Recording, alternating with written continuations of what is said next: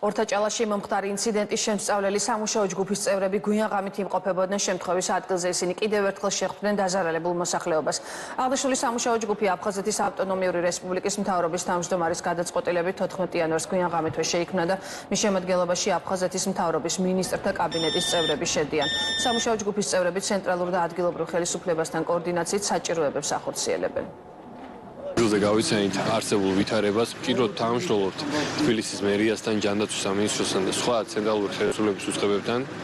ამ მომენტისათვის თითოეული მაცხოვრებელი დაბინავებულია. გეხსენებათ, რომ შექმნილია ჯგუფი, სამუშაო ჯგუფი, თავმჯდომარის ხელმძღვანელობით, ჩვენი კომპეტენციის ფარგლებში ვსწავლობთ ადგილზე ვითარებას.